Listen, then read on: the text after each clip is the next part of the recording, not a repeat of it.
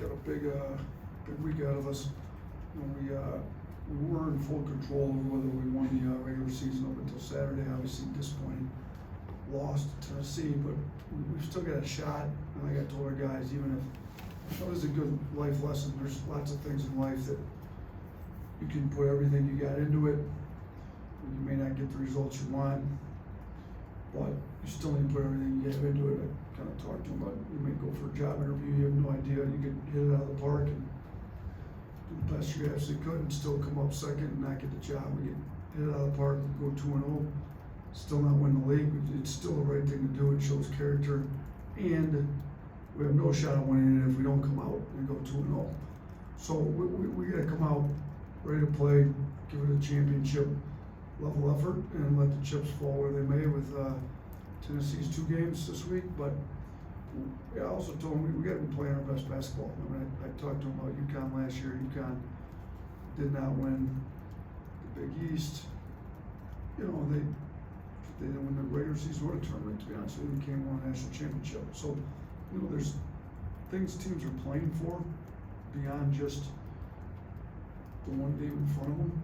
But we've got to get momentum going into March for the SEC tournament, the NCAA tournament, and we need to be playing our best basketball. I thought we made a jump. We just, you know, when we went back and looked at the Tennessee game, there was a 13-minute stretch where we had 21 possessions. We were 1 for 17 on our first shot, field goal attempts with 4 turnovers on those 21 possessions. Like, our defense needs to be better. We know that. I felt like our offense cost us that game more than anything against Tennessee. So I told our guys, we've got the #1 offense in the country. It needs to look like the #1 offense in the country every game for the entire 40 minutes. It can't leave us for a 13-minute stretch where we took a bunch of poor shots and had some, you know, bad turnovers. So, you know, we keep stressing defense, and our defense has to get better. I thought our defense was better. We played harder, but, you know, our offense left us for over half the second half, and we didn't play very well. So we got to have both going. Championship teams have great offenses and great defenses at the same time. That's where we got to get to. But, you know, Florida's good. Shoot, they almost beat us here. You know, we were down double digits with less than 10 minutes to go and had to come back and get to overtime. You know, they do a great job on the offensive glass.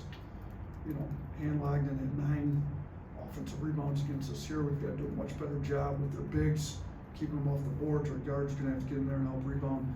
Thought we did a pretty good job on our offensive boards. It probably won us the game.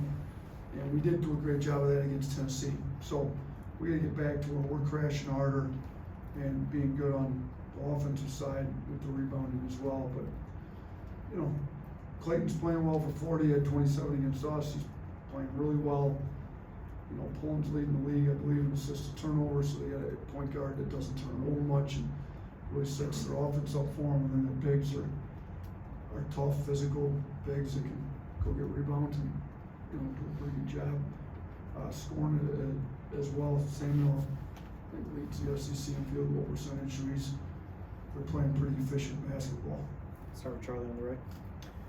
Yeah, Coach, you kind of outlined some of your messages to the team. Just how do you feel like that's been received in this kind of quick turnaround from the Florida game? Yeah, I think, you know, we laid it out for the guys where we stand, what we have on the table. And my biggest point was, like, if you're a high character competitor, you compete no matter what's on, you know, on the line. Like, we got to come out and play. I thought practice was good today. I thought the intensity was good. It was short. We didn't, you know, we probably went an hour 20.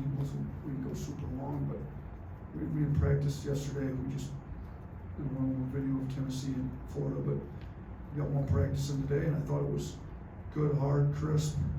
You know, I like where our heads are at. I think we'll come out ready to go. Tony. Kind of on that note, Grant's coming off of a tough game, but then he had probably his best game in a Crimson Tide uniform last time you guys played Florida. What do you see from him heading into this one, and how can you kind of take what he did last game? Yeah, I mean, it'd be great if, you know, we didn't have cheap fouls called on him. I thought those last couple were a little tough. I mean, he's boxing out and ends up on the ground and ends up with a foul on him somehow. But, you know, if he can stay out of foul trouble, and he's had, not as bad as Nick and Mo been, but all of our bigs have had an issue being in foul trouble. If he can stay out of foul trouble, I think he can have another good game, because they typically play two bigs. So one of them's gonna have to guard him, and he's been able to pull him on the perimeter a little bit. And their bigs are good. They're pretty athletic. I don't think any of them are quite as athletic as Grant is. And, he's able to get by guys. I thought he played well against these guys. Like you said, it might have been his best game he's had since he's been here. So if we can keep him out of foul trouble, get his confidence rolling, we didn't play Florida that long ago.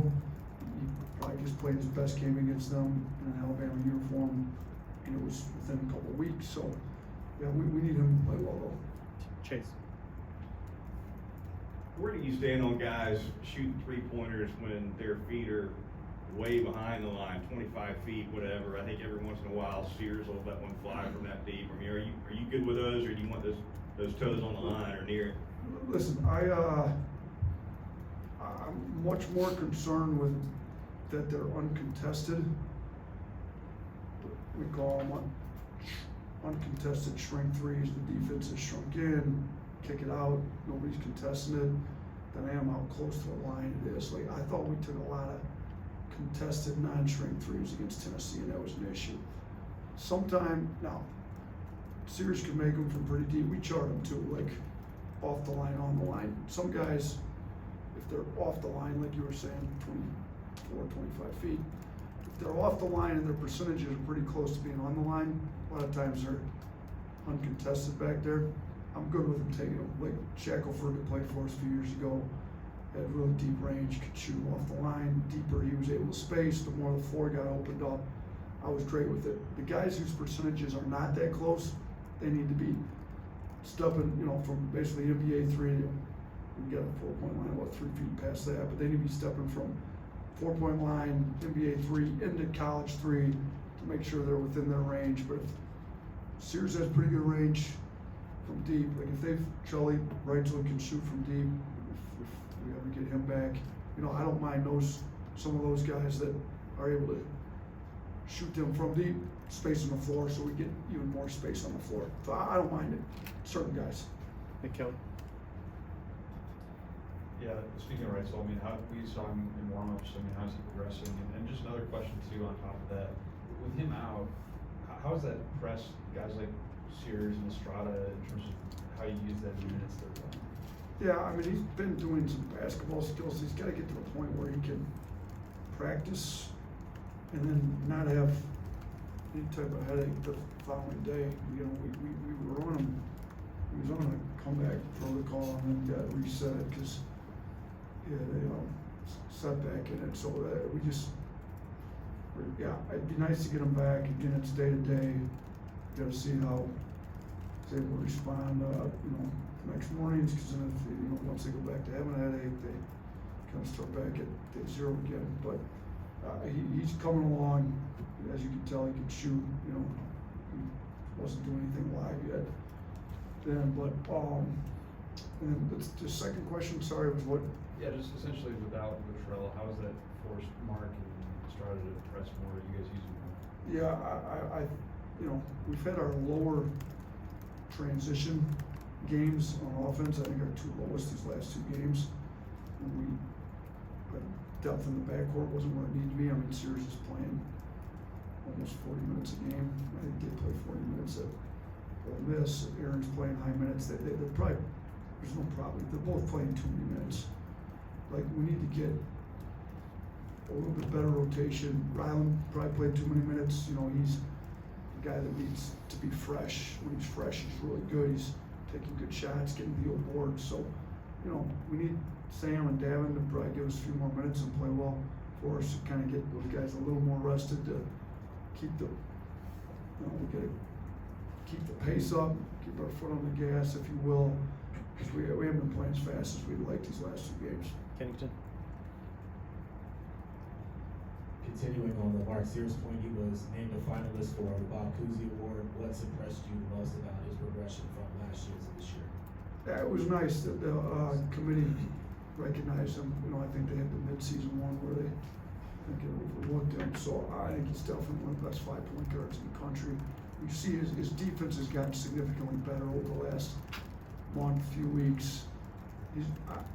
And I would have to go look at all those 4 other players. I think there's 5 on the finalists to see what the efficiency numbers are. My guess would be he's the most efficient one.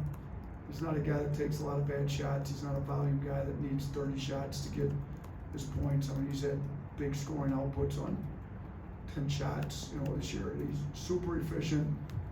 He scores the ball at a high level.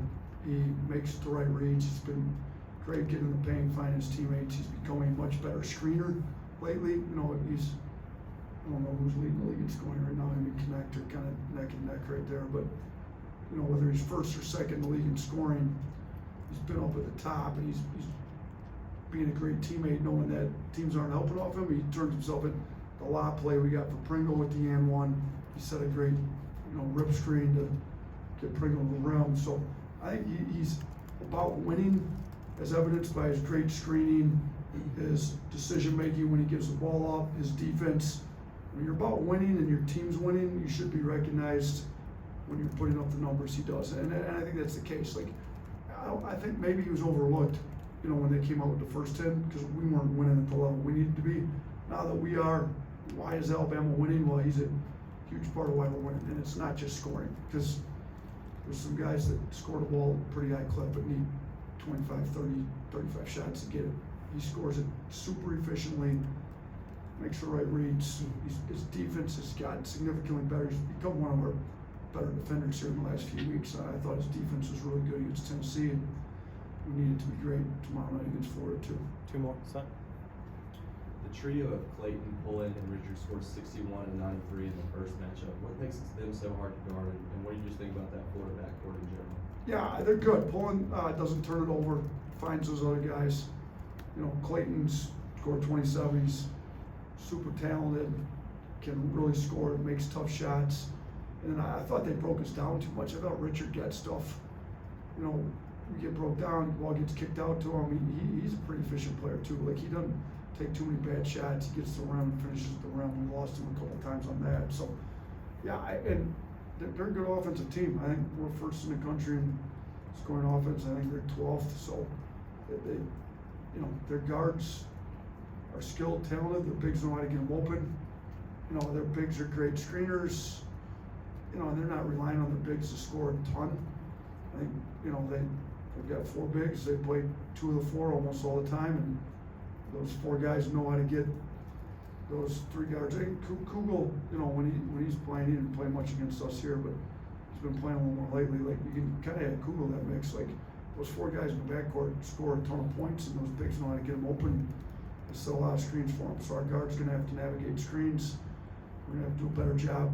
They scored some in transition on us the first time that we give up some easy ones. We got to do a better job with that. Last one, Kurt. Not talking X's and O's or personnel, but you just had a game like less than 2 weeks ago against this team that they probably thought they should have won, and your team did win.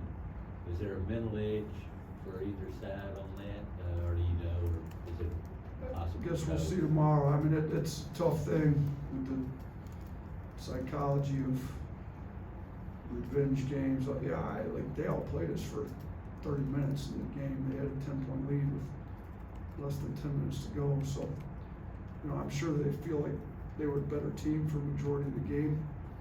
And then, it took us overtime to get it. I did think we did a great job coming out of the overtime well, but, we also, if I remember correctly, I think, was that our first game without Reitzel? If I remember right? Yeah, so we were we'd been playing pretty good basketball with him playing. And we had to figure out what we were going to do without him playing. And we've done a little better job figuring it out. We've played better. We obviously didn't get the win against Kentucky or Tennessee without him. But, I think we know what we're doing a little better without Reitzel for the second time. Cosby wasn't really playing back then. He's got more confidence. He's playing well. We can get a little bit better rotation in the backcourt with Cosby playing. So, I think we'll be better. I'm sure that they're going to have some confidence and a little bit of, revenge factor, like they feel like they owe us one, but it'll be a good game. I mean, the team that plays harder and executes the best is gonna win this thing, and I think whether we've got a psychological edge or they do, I'm not sure, but we're playing for a championship, they're playing for seeding. We both got a lot to play for, and we just gotta come out and take care of business. Thank you, Coach. Thanks, everyone.